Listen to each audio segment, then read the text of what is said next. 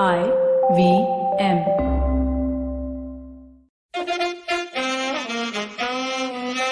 कृपया ध्यान दीजिए, the language used on the podcast may not be fit for consumption.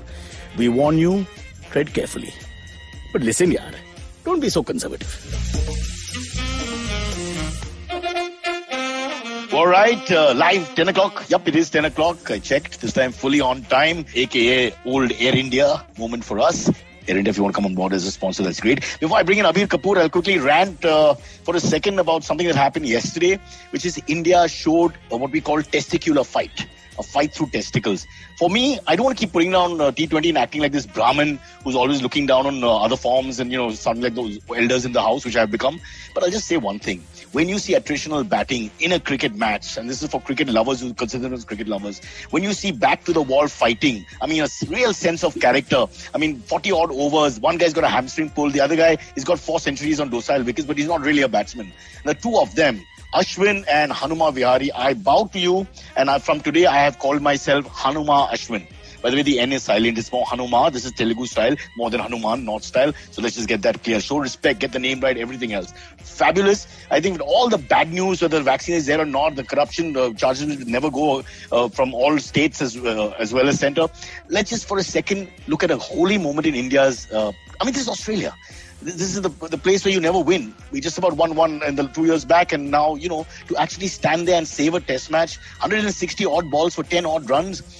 That is character. Fabulous. Hanuma, I salute you. I'm sending 11 rupees in a white envelope to you and 11 rupees to Ashwin. Please, both of you, from my side, all I can say is you made us proud. Now, these are the stories I would love to talk about.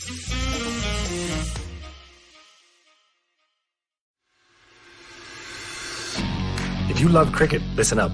The Edges and Sledges Cricket Podcast is here for you. Hosted by DJ, Varun, and me, Ashwin, we bring a fun, fresh fan's point of view to talking all things cricket. Sometimes it's just the three of us, sometimes we have guests, including current and former international cricketers.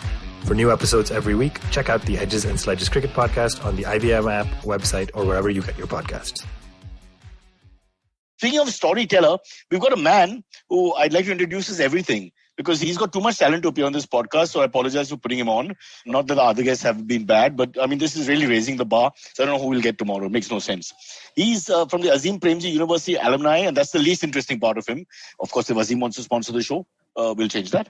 Abir Kapoor is a journalist with a pronounced flair for scaling murky waters. Obviously, I'm reading this, so I'll avoid it because it'll embarrass him. But he's out with a new book called The Most Notorious Jailbreakers, which we're going to talk about right now. Before that, we have to understand that he's also a guy who invented some sort of, maybe he'll tell us about it. The first game, is it? The first game, political style game, which you can play online. And of course, there's all kinds of other things. Journalist, he's got Z security because of his views. He's slightly left of center. In fact, if you just sit a little bit to that side, I think you'll make your point. So let's welcome Abir Kapoor with music which we don't have. Hi. So lots of corrections to my bio, first off. Oh, Jesus. I hate this show. This is the worst show. No, really, This is the worst show. So it wasn't a digital game. It was a board game. And okay, that's my mistake. It's written board game. So I'm going to text someone to also bring it in, which is the poll. So let me explain this. BOARD, not BORED. It's a board game. Yeah. And? Yeah. So it's a board game, and I did write a book. So that was the only correction. Murky Waters is pretty cool. I really like that. Like that was really, really cool. So I'm a journalist, a board game designer, and an author, and telling interesting stories is what I do and what I try to do. And let's also mention that you write for things like The Wire, Scroll and Quartz, who are on the top 3 list of government. I want to perhaps not allow them to be published list, which is always interesting. It shows your courage under fire, unlike, say, mine, because we're always criticizing the government, but then we toe the line. I have Amit Doshi who will come in later. We've kept him right of center. We've got you left of center. I try to stay center. And luckily, Silvery's of that age where he gives a fuck about politics, So you need to put that sign like Times Now, right? With government, against government. Maybe it should be color bars, like orangey, whitey, whatever, red for you guys. You said you're a leftist. We'll come to that. Okay, let's start at the beginning. So first, where's your Delhi accent, yaar? Oh, I don't know. What kind of language is this, yaar? I'm unfortunately not Punjabi. Damn you! You're Kapoor from UP. Yes, I'm a Kapoor from UP. I know another one, Mohan Kapoor. Actor. Oh, Saap Sidi. he's my cousin. Really? Because he No. explained the whole thing to me. He was very angry. I'm not Punjabi. This is because I'm Kapoor. Give me a full lecture over 7 drinks once. Yeah. Yeah. But he's not my cousin. Yeah, we're Kapoor. You don't have the Punjabi twang. Fair enough. Yeah, we don't have the Punjabi twang. Shout out to Mohan. I haven't seen him in... Is he okay? I haven't seen him in years. Yeah, Mohan, I hope you're fine. And if you have a story to tell, I will tell it. Good drinker, bro. Good drinker. Oh, man. Those were the days. Yeah. Anyway, back to you, Abir. Sorry. So, why, not to put it down, but today, less and less people want to be serious journalists in the sense of that's your passion. Let's call it social writing almost. We're looking at society and you're from a platform of not anything else but to try and understand what's going right and wrong. As against those people who come in front of the camera and want to just spread, let's increase their following on Insta and become stars or work in films later, etc. But you're a breed which is dying or almost extinct, which is the hardcore, true blue journalist. So how come? Well, I come from a family of journalists, so it was something that I always wanted to do. It was something I grew up around. So the crisis of journalism is as much the sort of robbing of the spine, but also as much as the crisis of the business model, which is also in many ways, if you remove the money from the ecosystem, the spine will follow. As Winston Churchill once said, if you grab them by the balls, their hearts and minds will follow. So journalism is... It depends on what kind of pressure you're applying. Sometimes it could just be pressure, but go on. So basically journalism finds itself in a situation where you have reducing newsrooms, you have like a lot of back and forth, the polarization that is happening, and within all of this the story dies, where you can go to the people and talk, because at the end of the day journalists are just a conduit for telling a story.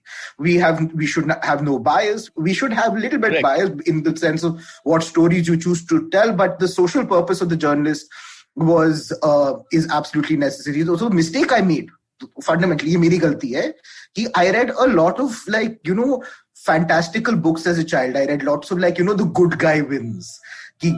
Harry Potter pad li, Lord of the Rings pad li, you read a lot of detective fiction. Fantasy ideals, what you're saying, which is just not real life. Which is not real life, so it sort of colors the way you start approaching. So I was like, main kranti karunga. I am going to write this story and I'm going to do this and I'm going to do that. So the story that we wrote... So you became a revolutionary because you didn't like Harry Potter. Let's put it in perspective. No, I loved Harry Potter too much. So there's a man in glasses should not have too much power. For Microsoft comes to mind. Yeah. Yeah. So even say, for example, the story that I did on the UP encounters, which was carried off in The Wire, was that we were looking at how these police wallahs were just going and encountering a bunch of young people, murder. And all the FIRs that they were writing were copy-paste. So there's this one police wala saying, Acha bhai, dusra wala. They're basically cheating off the FIR. You change the name and you copy-paste everything. Yeah, so they're basically like my mark sheet in 10th standard. Fair enough. Yeah, they're cheating off different police thanas and their FIR. So imagine one Subedar who's really earnest about his FIR is just writing like this and like, nahi, main nahi dunga. So like... Namak ka daroga, Premchand. I remember that story.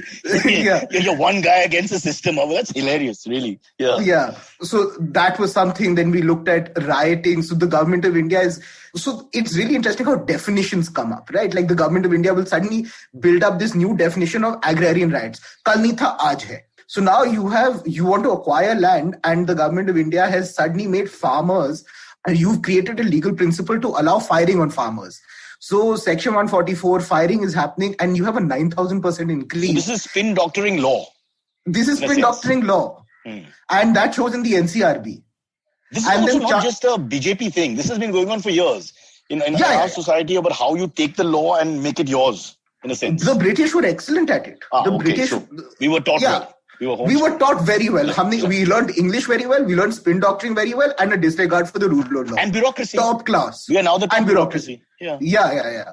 Like sometimes I need to take 4 permissions to get out of my house also. Yeah. The 5th is mom and dad. So it's like there's also internal bureaucracy.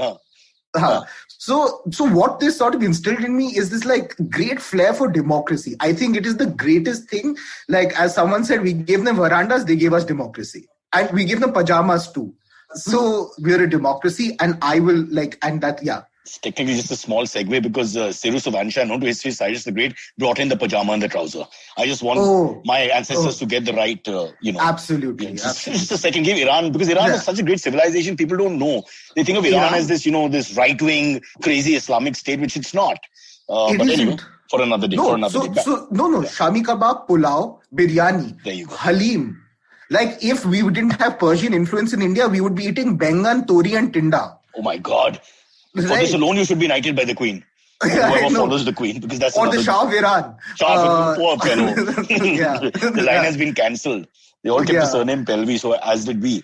Back to you, sir. Abir, this is not about Iran, this is about you. Before we get notorious jailbreakers, of course, is what we want to push a little bit. You invented this board game. Let me get this completely correct, because no one has done this before. I was thinking, it's a great idea.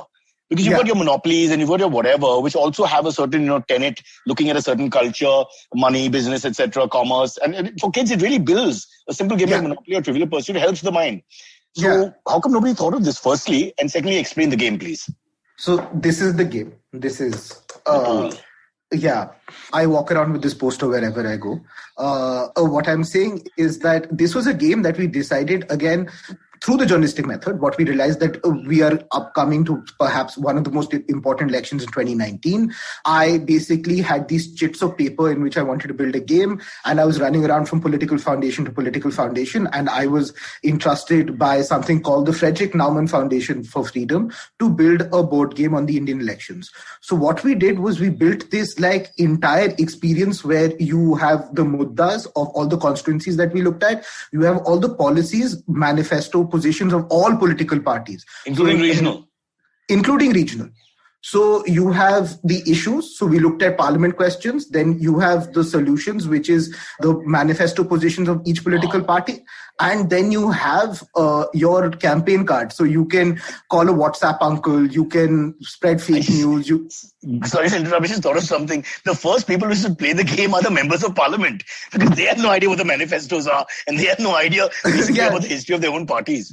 So we tried. We've played with 3-4 political parties, and they're generally quite informed. But this game was also played in Germany and presented at the Bundestag. So what is the Bundestag? The German parliament. I knew that, but for those who didn't know that, the Bundestag is the German parliament. Yeah.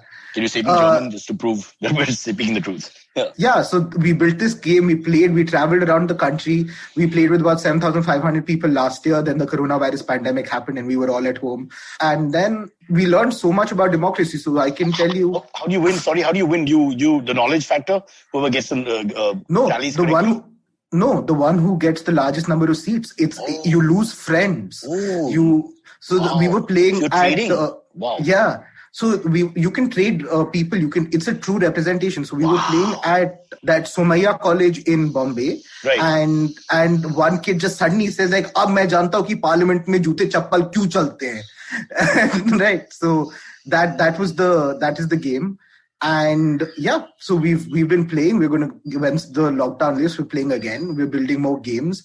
I think look at fiction and coming reality and art coming together in your board game. I mean, who would have, for me growing up 80s and 90s, who would have thought in Maharashtra politics the Shiv Sena and the Congress would come together? I mean, that is just like black and white, that's just impossible. But on the board game, I'm sure all the combinations and permutations are allowed. So the truth of politics, which is the secularism of being a politician in terms of Machiavellian terms of end justifying the means, comes through, which people don't believe.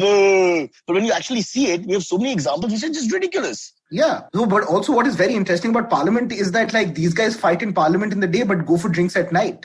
I heard that from an MP. That they discuss the cricket match and all behind once the fighting is over. So it's like an actor. You do your take, So it's like cut and then how are you? Cut ke baad they all having a cigarette together at the back and wow. Yeah. I wish we could see that. It would help the country. They also related across. So किसी की बहन किसी से शादी कर रही है, किसी का भाई किसी से शादी कर रहा है, and it's all just one big family. Won't use the word incest, but I get your point. I have to quickly move to notorious jailbreakers because we have a time limit. And since both of us talk too much, okay, I read a little bit about this notorious jailbreakers, and you got Phulan Devi and I think Bila Ranga. No, who's the other one? You got so many very well-known criminals, so to speak. Yeah. But why would you go there? What was the reason to go into that?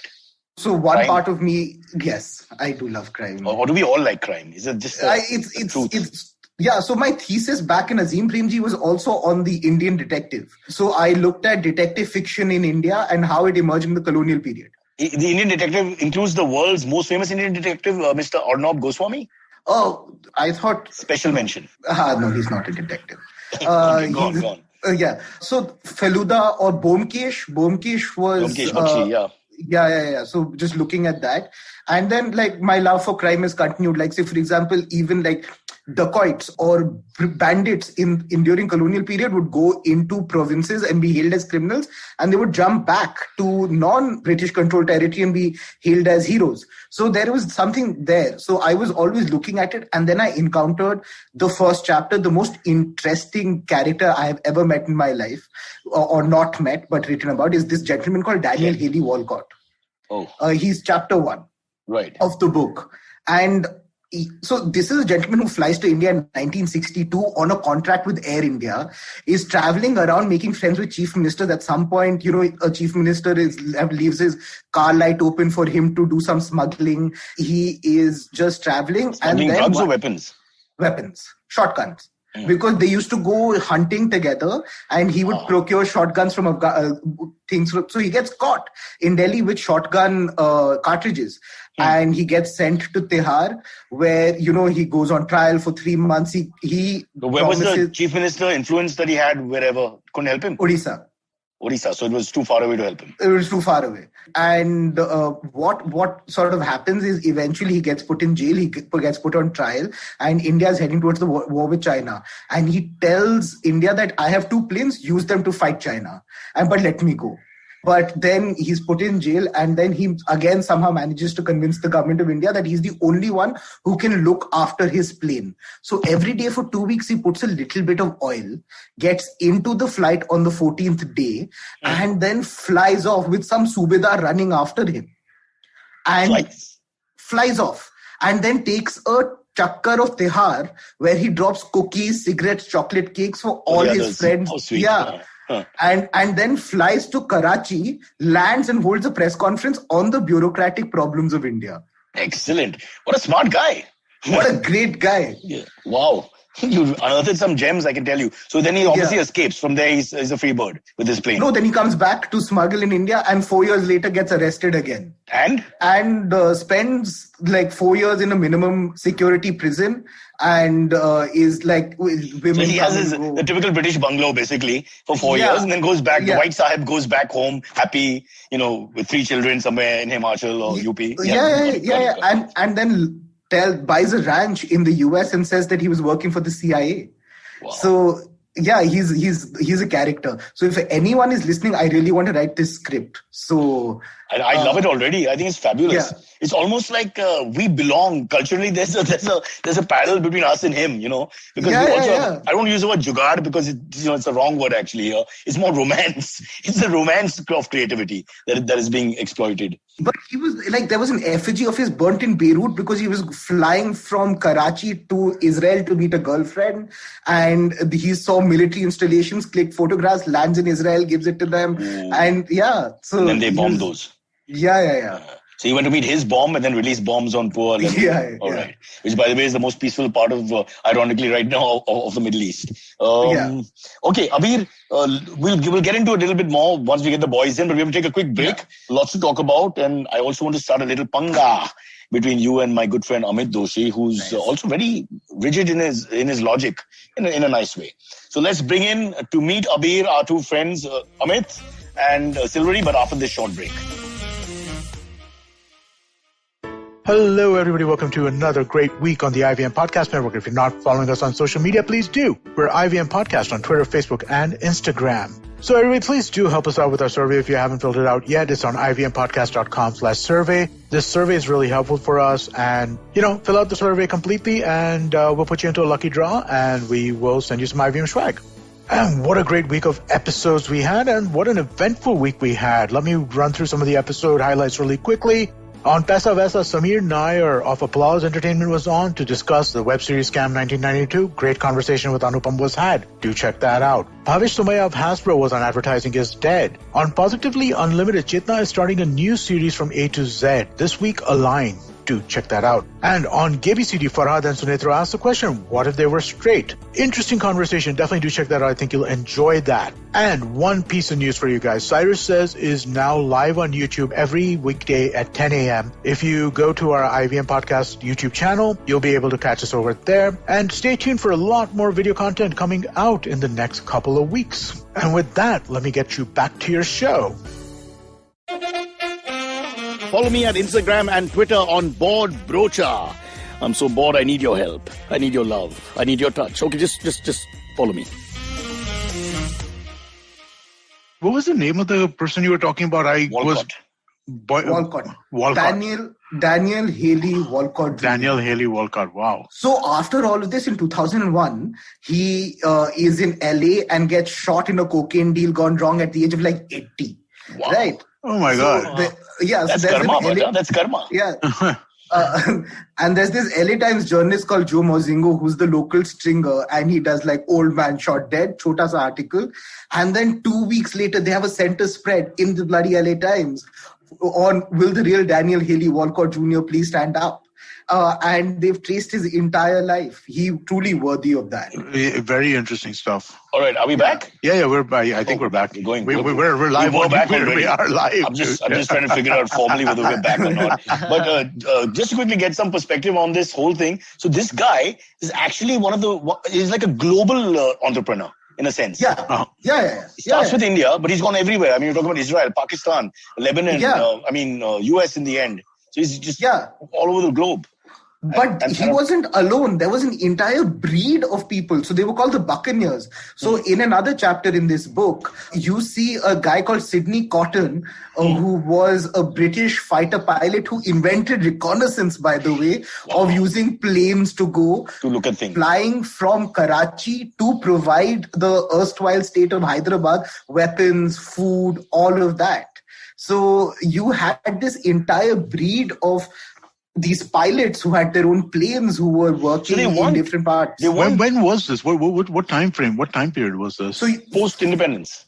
Yeah, post-World War. So 50s, 60s, 70s. So basically the same time as you had all that CIA airplanes. Yes, so Cold War. Around that time, yeah. Okay. The Cold War. So I think they were manifestations of the Cold War. So they weren't nationalists for their own country in any way. These were the first globalists in a sense, because they're not attached, from what you're saying, to any nation. They're more attached to how they can sort things out in a way where they make a profit. It actually sounds very much like... It sounds like the privateers who basically conquered the world, right? I mean, the 1,500, 1,600 privateers who were commissioned by governments to go forth and So except for Putin and Jinping, being a nationalist doesn't earn you much money. These are the guys who really make the money. It's fantastic. So, but the 15, 16, the period of international trade and all of that, and colonization and the triangular trade was actually carried off by the church. So you had these mercenaries who were rallied on the cry of God, gold, glory, and guts. Right. So the first was that you have to go place your God, so mass conversion. Then gold, feed back to your various countries because you were paying taxes. So, sorry, I studied history in college. So. No, that's cool. I've always been really, the one that really fascinated me always was the Maginot Line. That thing was just always just one of the most interesting things in the world to me, right? That some pope sitting in Italy decides that, hey, I'm going to split the world here. Yeah. Between these two countries and not the other countries of Europe. That was also what was interesting, right? It was split between Portugal and Spain of all countries. Portugal. Yeah. Right? No Germany, no England, no France. But we've also got the 4 C's to hate the 4 G's, no? Caste, communalism, cow, cash. I mean, it's crime. I wouldn't just point fingers. Yeah. Sorry. But wo bhi dhanda hai. That is also dhanda. No, but there's a model here which I don't think people are understanding. I hope they do one day, which is sometimes nationalism comes in the way of progress. These guys, in many ways, they're making money for everyone. If you're with them. So I just wrote this sort of comic book for a cultural organization. And what we found was that right at the end or the heydays of unified India, the British were shitting themselves. When they had to leave, they realized that they were leaving a landform which was so powerful and so large that they had to split it up. Because unified India, British India used to call shots in Egypt. So to the extent a lot of policies in the British Parliament were decided by the India House. So when the time came to leave them, they had to draw these lines because a unified India stretched from Persia on one end to China on the other. Well, so we learned well because we split it up again in 71. So, we're the best learners. Look at cricket. We really picked up a lot of things. But what a lovely book. Very good. I know we've got so much to talk about in less time. One last thing, but I think there's Sher Singh, somebody other. There's Phulan Devi. How many people? Sher Singh Rana killed Phulan Devi. Yeah, the one who killed Phulan Devi. But just tell us how many high-profile people have escaped jail. Give us a number. Okay, so I can't give you a number, but what I can tell you is that it is in your interest to stay in jail. For a lot of these criminals, they stay in jail. Why? Because they have a ready set of people to recruit. Khana milta hai. हर दिन खाना मिलता है कभी कभार. So for example, there's this one on Bihari criminal who would get his wife to deliver food not only for himself but also subedars also. So it was in their interest to keep him in prison for good food. So, like young Mr. Dubey, who passed away early this year, with his back to the people shooting at him who shot him in the front. I've not understood that whole exercise in physics. And there was a car that flipped also. And a car that flipped before that. And the best part is he was happily going to jail at that point when for some reason... So I think the car flipped, they shot the car and it ricocheted back onto him, right? That's it. Manmohan Desai presents. Exactly. We're back in the 80s. White Master Tingu sir.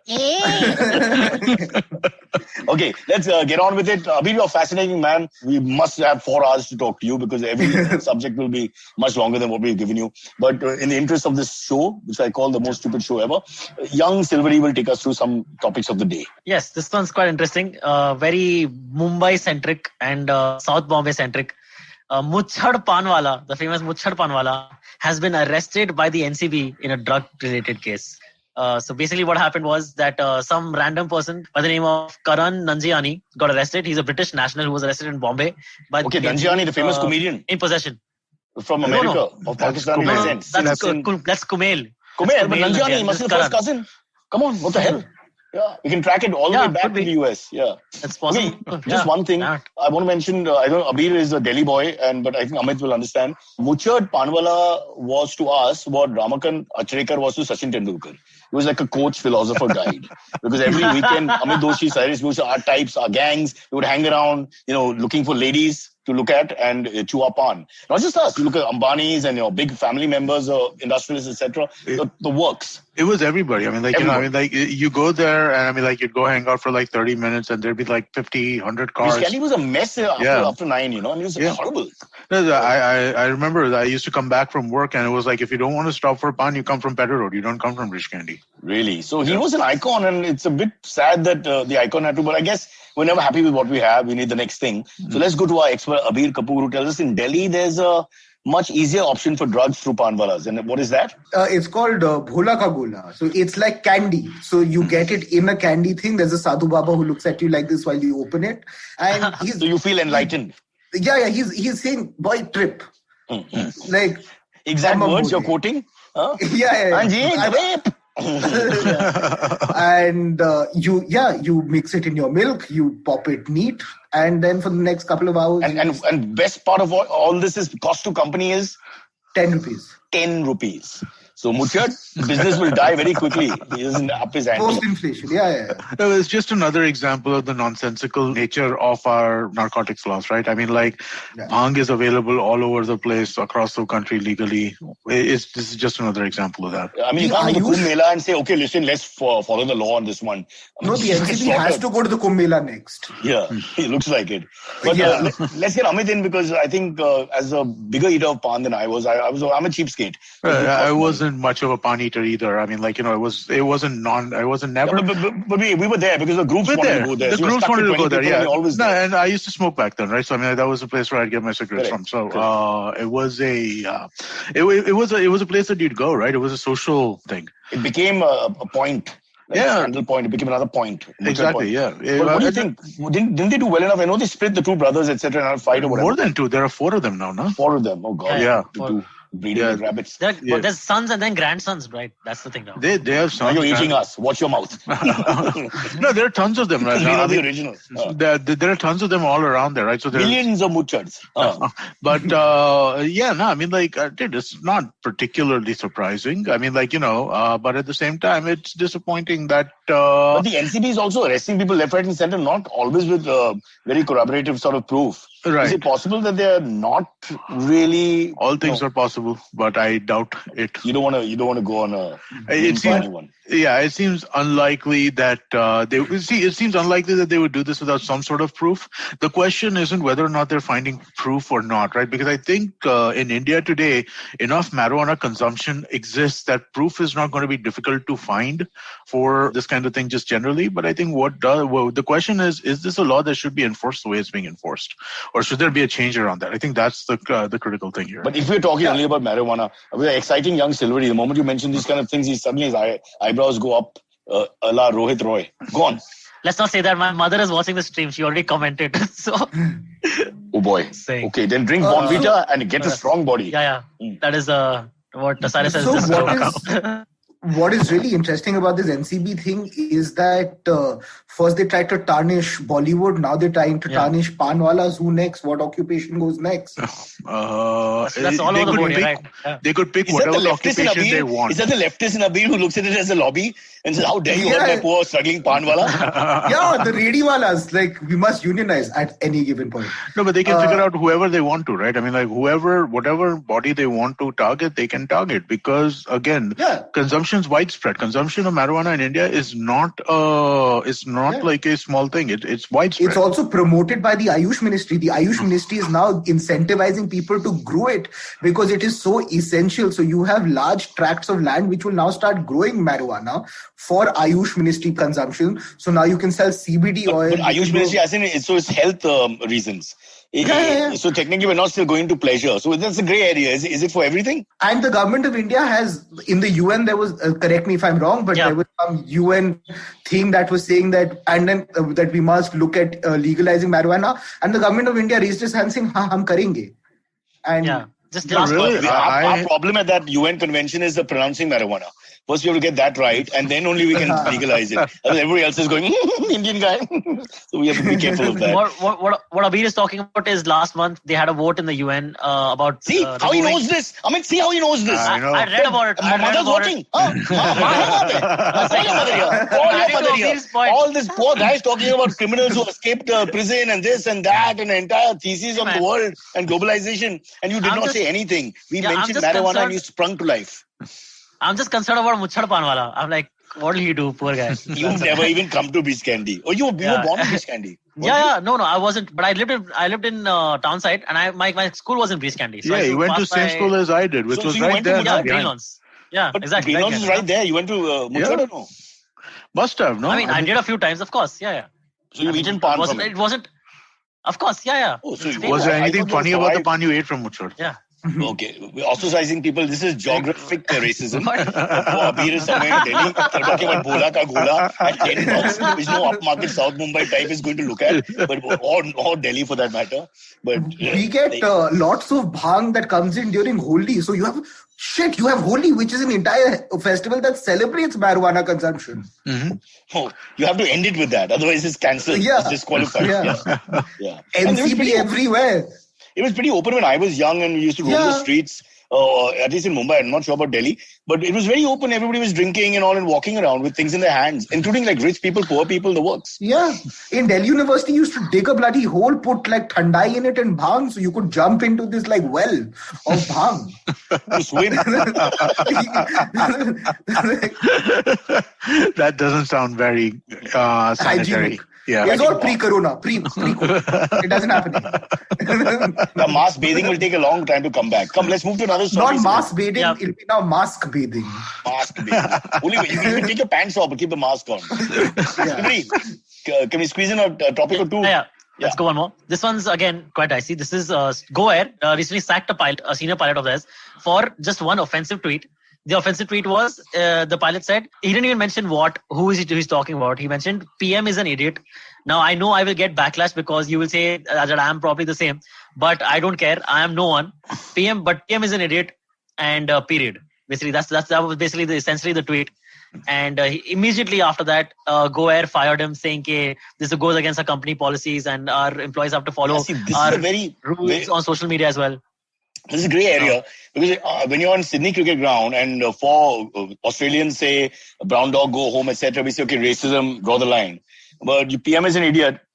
So I don't know where is offense, where do we draw the line, what is libel or defamation?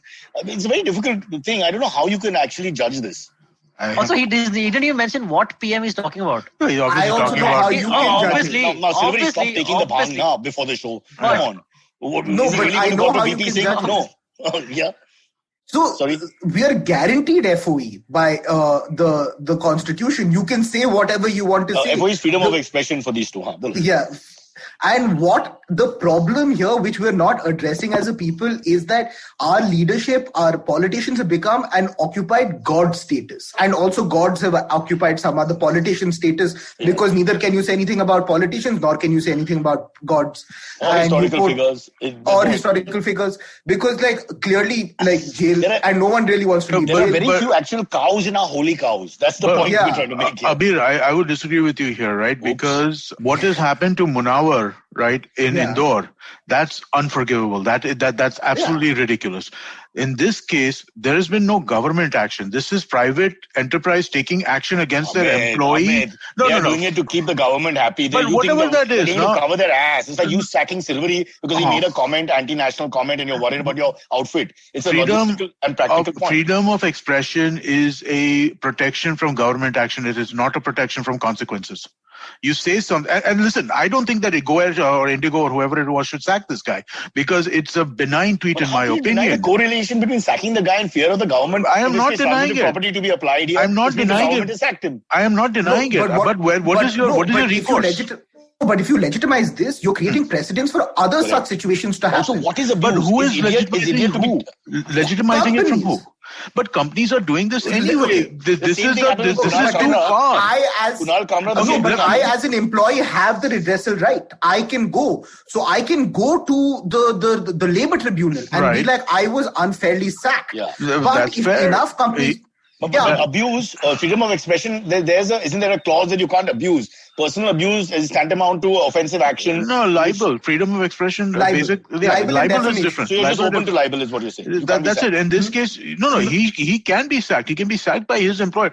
Today, let's take a thing which we're all on the side of, right? There have been at least 15 to 20 people fired from the idiots who attacked the Capitol in the US. Right. Okay. And we all think that that's great, right? All of us think that they should be fired, they should be fucked, they should be screwed, right? Does anybody disagree with that? Right? Okay, so you're going in an idealistic point of view. No, I'm talking about the principle. No, you're not. You're creating a straw man. Now the straw man... It's the principle of the idea. I am saying that rioting and tweeting your opinions are two very different things. Rioting has clear damage to property, clear damage to the integrity and a breaking of the rule of law. Leads to rioting. A Secret Service person has been put on suspension because she tweeted in support, or she wrote a Facebook post in support of the rioters. But they've called them insurgents. We do the same thing here. When it comes to anti-national, then all kinds of action can be taken. You use the word insurgency, that is causing civic duress against the country, internal implosion of the country. So there's that. Now, rightly or wrongly, but when he this says guy's a private citizen. No, but is it tantamount to insurgency, treason, anti-national? It's not. I don't think anything should happen to this. I think the airline is wrong, but I think that this is not a violation of freedom of expression. Kunal Kamra's case, no, it is a violation. Suspended him from flying on their airline, followed by a few other airlines immediately. And that was bullshit. That was nonsense. And the government went on to say that we did not pick up the phone and say anything. That is also bullshit and nonsense. But at the same time, the airline has the right to do that. That is the airline's freedom of expression. With the freedom of expression, it's actually the reverse. They're doing it because they're worried that they have no freedom of expression. But if you stop it's insurance. You throw this guy out to save the company. The second you stop it, you are denying the airline's freedom of expression.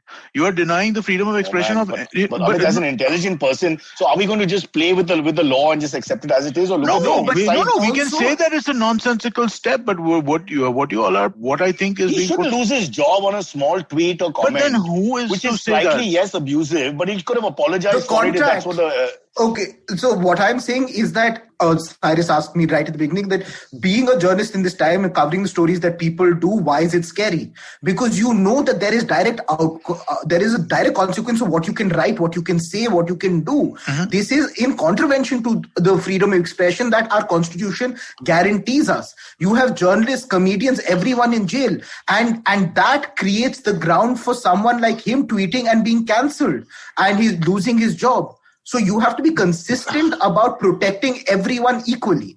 But you have to protect them from government action. You cannot protect them from private action. Of course, you have to protect them from. How can you prevent them from private action? He's looking at the letter of the law. He's looking at the letter of the law and saying the government is not. If you look at it from a translation, the government has not directly done anything. But we all know that out of fear of the government, it's been done. Right. So both. And I think it's nonsense. I think it's nonsense. He should not be fired. But freedom, any right that you have is a right that protects you from governments. It cannot be a right that protects you from private person. What about your labor laws? Your labor laws protect you from abuse in private sector. But that is a law written by.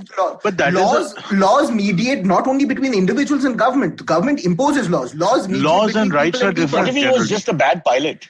I mean, that's a coincidence. That's a whole different issue. Same week. That's a whole different issue. Yeah, I mean, they're just burying red tape, man. They just say, look, there's so much reason. His uniform was never on. He had an affair with the stewardess. You can't win this one, bro. When the MNC decides or the corporation decides to let you go, cut your wings. Is the company wrong to do that? Yeah, they are wrong to do that. I absolutely agree that they are wrong to do that. But I use the word idiot. Now, I'm saying if somebody calls you an idiot, it's tantamount to abuse. So then is that offensive and it's libel and he crossed the line? Well, he said he's not the most intelligent prime minister. He could have made the same thing without sounding really terrible. I don't know the reason why. I don't know how to answer that. Now we're running under the assumption that idiot is a bad word. That's exactly what I was saying, right? I mean, like that. One man's bad word is another man's okay word. You know, like we don't give a damn. But what does this prove? That everyone thinks that they're walking around RPM's eggshell feeling shit. He heard idiot. Now, like, and then like. It is that. Have you seen Stalag 17? It is that. Yeah. The fact of the matter is that as he's like. Yeah, he's hurt. We constantly hurt his feelings. See, there are two types of comedians and writers in this country. One who try to write between the lines and be a little careful, and those who have more courage, if you want to use that word, or more reckless, if you want to use that word, or just more self-belief and more idealistic like yourself. All right? And I think the difference is just that. So when you go that extra mile to make your point, and it may be well made, the consequences are that it's a bit like Sicily in the old days. Yeah, it's also like, now you're in prison. You disappear. Then you can read my book. Where can people buy your book and where can people buy your game? Actually, people in chat are asking. Yeah, people are asking. Yeah. You can buy my book on Amazon and you can buy my game on Amazon in 2 weeks. Because it takes that much time. But don't lose hope if you want to get it right now. You can write to me at the poll game. I'll put it somewhere. And you can write it to me and I'll send it to you. Okay, great. Let's go to the AMAs. Let's go to the AMAs. Silvery Man, Andheri is far away. Yeah, my God. All right, cool. Abir, we don't need topics. We just let him and Amit fight. 45-minute show over, whether fried egg is better than the scrambled egg. That'll be good enough. But it's bothering me, so I'm going to say it. Law defines the relationship between individual and organization as well. So, okay, I'm not going to get into theory. You're right about that. But freedom of expression as a right that is being provided by this has nothing to do with private entities. It only has to do with government suppressing speech. If you look at it from a distance, Amit, you're right. And you can say this is the way you want to go. But we are living in a real world and real issues. And we know that this guy has been dropped simply because he may have crossed the line with a very powerful figure. And that powerful figure may not like, or his relationship with the airline will not be good going forward. I don't disagree with that. I agree that he is fired for stupid reasons and he should not have been fired. But I also very strongly believe that you cannot protect freedom of expression from private actors. Because you are infringing on the private actor's speech. Right? If you stop me from firing somebody, you're basically you are impacting my rights. Yeah, if the Prime Minister invites me and Abir to a party, and we decline to go, you're making a statement, even in that sense, an indirect statement, I'm saying. Mm-hmm. And because of these kind of situations, people think twice. And Abir would have probably said no at the last minute, but I would have gone carrying non-veg food in my pocket because at the end of the day, I have to eat. So I'm just saying, you have to look at it from a practical point of view. How can you disassociate the fact, Amit, with all due respect to the law, to the fact that out of sheer fear, he's been dropped? I don't. It's unfair. Life sucks. The world is not fair. I don't disagree with Hence, we that. have the left to fight. And remember, Che Guevara was a killer. So not all left are peaceful people. I have a question And though. Stalin. Oh, God. And I have a question. What's left of him? What about if it was actually mentioned in the company's policies that you can't have political opinions that might offend someone? You're not It'll be allowed mentioned. to. It'll be So if you're mentioned on political contractually opinions. bound, you cannot do it. Yeah, then they're in their right to. No, but Yeah. it'll be in a very generic way that you cannot, Yeah. do things that's contrary to the philosophy of the airline. It's all there in any corporate. Yeah. Give me a Your contract tweets, similar. my tweets are personal, not bound by that. Everyone tweets. Every journalist. It's all a grey has area. personal- It all depends where you want to go with it. You can easily go this way or that way. That depends on the consciousness of that particular corporation. Yeah. And they So- go that They way. went wrong. So I mean, So you know what the appropriate action to this is? Sorry, was it Indigo or was it Go? I thought it was Go ahead. Indigo, but we keep saying Go Go. ahead. It was Go. Okay. Go ahead. So the appropriate action for us as people who disagree with this is that, hey, we should not use Go Air as far as possible. We should avoid them. That's the appropriate response from our side, right? When we I'm see something quite that close to the Go Air management. It'll be difficult for me, guys. Okay, fair I enough. I have to pick my battles and my resolutions. I got young I'm- kids. He doesn't fly as a leftist. He walks everywhere. Can you? How dare you? Take chartered flight. Yeah. We have to hear both sides of the story. I was the son of a lawyer. Okay, AMAs. Quick, Yeah, guys. all right, AMAs. This first one comes in from Umesh Sable. He asked in the chat. Thank you, Umesh. He says, hey Cyrus, which of the following incidents of tokenism drives you mad? Number 1, annual birthday wishes by people who rarely talk otherwise. Or number 2, car boot check for any explosives by security personnel. We've discussed both and they both suck. I'll tell you a third spin on the birthday thing which I don't like. Yeah. When you hardly know someone and you're in a public place, let's say in a club or a gym or wherever, and a third person wishes the other person happy birthday, then you're forced to wish, even though you don't feel anything, but you're in the geography, man. I die inside. I'm like, I don't even know this guy's first name. Everybody's wishing him, oh, it's your birthday. Everybody turns around, oh, it's your birthday. Who gives a fuck? Nobody even knows his name. But one guy goes and says it, and then we're all stuck with the same, oh, yeah, happy birthday. What are your plans? Some women, not to be sexist, go into what are your plans? His plans have nothing to do with you. You don't know his name. You don't know anything about this guy. What is he going to do with his plans? And what are you going to do with his plans? So God, birthday, I appreciate when people don't wish me. I really do. I'd rather Amit wishes me because he knows me, and we work together on a daily basis, or you. I accept that. You have to, whatever. But why the fuck are we wishing everybody and sending? People have so much time. Why don't they join Abir's movement or play his game? I love the WhatsApp birthday wish, right? The WhatsApp group birthday wish, which leads to like 60 other people saying happy birthday to them. Yeah. That's the most fun. And Amit, also the indirect wish, which has made people very happy.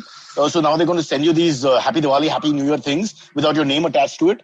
Or the best thing is I send a video. Video means I've done a lot of hard work. Hi, this is Chirag. Happy birthday to everyone. So what the fuck? Happy New Year to everyone. I'm like, that's it. What are you? You're a philosopher now? You started a country of your own? And we're all listening to the great man. Yeah. Hitler will now tell you something. Pay attention, write it down. This is rubbish. It's so insincere. Yeah. Why do they bother? I'd rather you don't say anything. That sincerity of not having a relationship is so much better. That's why I like Malba Hill. Nobody talks to you. You just walk. Unless your dog does poo-poo and then they look at you and say, kya kiya? Uncle, wo jo tum karta hai subah, wo karta hai. Anyway, sorry. Okay. Abhi, you want to comment on this WhatsApp groups and this fake socialization that's come out? So I'm an anomaly. I'm not part of any large forwarding groups. Good man. I lead a very sort of like quiet, non-intrusive life. Sitaram Yechuri will be proud of you. Yeah. But I do collect WhatsApp forwards because they're some of the most frightening things that you can. Ki India ka 2035 ka drishya. And then they put some really... Like, look at the positive ones. Somebody sent a WhatsApp in April saying May 1st we'll be rid of the corona. They should have said 2021. At least then we could have, The positive ones are worse for me, really, because it's such crap false hope. Yeah. But also it was announced on TV that April 15th corona will end. In 2014 it was announced 15 lakhs for each person. I'm not getting my money. I check every day. I check the post box. See, I was covering the Bihar election and there's this like tiny Suba where there's a NABARD bank. And every day, post 2014, a large number of these ASHA workers and women and mothers would go to the bank and ask for their 15 lakhs. So by the end of it, during the election, they would come every day. So at 2 p.m., they knew they would come and then shut the bank and run away and open at 3 p.m. Did you see the comedy in that? The group is called ASHA. And they come every day. On this alone we build the country. It's beautiful. It's very poignant and poetic. Lovely, absolutely. All right, can we squeeze one more fast, guys? This is it comes in from Tarun Kaushik. He asks, is this going to be a regular thing now, the live? Yes, man. We're going to be doing it every morning from 10 to 11 around. From 10 a.m. onwards, please join and please like, share, subscribe, etc. Please hit the bell icon. We should be making this announcement before, like, subscribe, etc. Right? We should. Because if they see the show, they're not going to. Yeah. Do it always first. It's like how if you want to get your kids married, you don't show them. You just say, "Come, let's talk." Yeah. All right. This one comes in from M. Arun Iyer. He says, written before M. Arun Iyer. Quite a M. Arun Iyer. He says, "What do you guys think of chocolate pan?" I think this was just a. You guys fans of chocolate pan? It's disgusting. Burn it. It's No, disgusting. I love it. What? Burn it. Cancel it. Hey, it's a secular society. Silvery likes it. Terminate it like the GoAir pilot's contract. Now you're a left sounding very fascist, huh? No tolerance for chocolate and pan. But save the pan, generally speaking. Oh, amazing. Wow, yeah. I don't know, but people have different tastes in this country. There's so many different tastes. I mean, Chinese bhel, when I first came out, I don't know, this is just South Mumbai, it's everywhere. I thought it was a horrible concept. Until I kind of like it now. I love it. But it took me a while because took me a while too. Chinese bhel? Yeah. What the hell is this? And I don't know if it's exported beyond our borders, but it became a big phenomenon in our South Mumbai areas again. Sound terrible, go this South Mumbai all the time. I mean, in Bombay, you have like save with Szechuan sauce. So like, yes, that's Chinese bhel. That's Chinese bhel. Yeah, you basically mixed sauces. Yeah, Leh Ladakh and now here. Oh, yeah. You're making a statement. Be very careful. It's all India. Yeah. Oh, boy. This is scary. No, but I'm just saying that we have different tastes. And if you aren't secular about food, what are we going to say secular about? Oh, that's right. We're not secular about food. You dare eat this. You dare eat that. They'll come after you. So talking about free business and all of that, any society, so sumptuary laws are the laws that impose what you can eat and what you cannot eat. So the moment, and history is proof that if you impose sumptuary laws, societies move backwards. You don't have to tell us. We have a live podcast. That means it's more backwards. We should have had more talent on air by now. Yeah. I have one more very good question. Very quick. Yeah. This one again comes in from M. Arun Iyer. This is for Amit. He says, my friend will only buy CNG cars. With the electric car era just around the corner, will people realize the window to get petrol cars are closing and start buying their favorite performance cars? Not yet. I think we're a ways from the petrol car being out, but also there's and they can't just do it en masse. It has to be phased out. Because you're crippling and killing industries, people's livelihood. It's not going to be easy, bro. There's going to be a lot of people fighting back against it. In an ideal world, everything will be there and they'll all have a market. But slowly, there will be a time when I think diesel and gas will just disappear. It will disappear eventually. They're having a hard time removing manual gears in cars because there's backlash. Yeah. Imagine removing the source of like... In Mumbai, we haven't been able to remove auto rickshaw drivers from auto rickshaws, which is a crime against humanity. If anybody's outside Mumbai doesn't know about it, really. Okay, are we done, guys? One of us is going to work in Andheri, far, far away. I think we're good, yes. All right. Abhi, real pleasure having you on. Thank you so Please much. Come Thank on again. Your views are always valid. And before the next book, let's have you back on. Yeah, and that will be next year. We're working on a graphic novel on a character called Zorawar who fights the British. So a friend of mine and I, his name is Rajan, we're working on that. I had a Punjabi friend called Zorawar, and we used to call him Lucky. Again, I always ask him, what is the connection? There's no connection. Yeah. Zorav Sachdev. Oh, him too. You know, remember him? Bablu, yeah. Bablu. He was Bablu. I had a Lucky and a Bablu, both Zorawars. Yeah, unbelievable. No connection. How did you... He was in my school. Yeah, and South Mumbai, don't start. We're so incestuous, it's scary. Ouch. Okay, Abir. Thank you so much. I give you the Che Guevara salute. Was that right? Probably not. Yeah. It's probably this. All right, guys. Don't do that. NCB. I'm going to join the NCB just for safety. Okay, see you. Island Bocha. Right, bye. Thank you so much. Leaving the airline. Bye-bye. Bye. Okay, catch us on any of the podcasting apps. Please, we beg you, we need you. Send us your questions on Twitter, on Cyrus Says In. Or you can email us, even if you're not female, on whatcyrussays@gmail.com.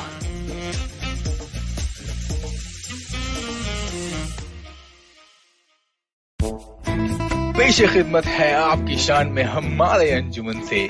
Hi, I am Sadaf. And I'm Arshid.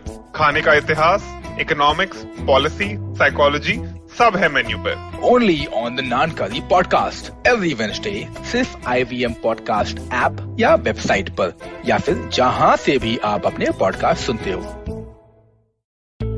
Feeling overwhelmed, anxious, struggling with too many obstacles, don't know where your life is headed? Well, if you are dealing with one or all of these, tune into the Positively Unlimited podcast, because in each episode, I share a life lesson, a life hack, a pro tip that can help you get your life back on track. All episodes are available on the IBM website, IBM Podcast app, or wherever it is that you get your podcast from.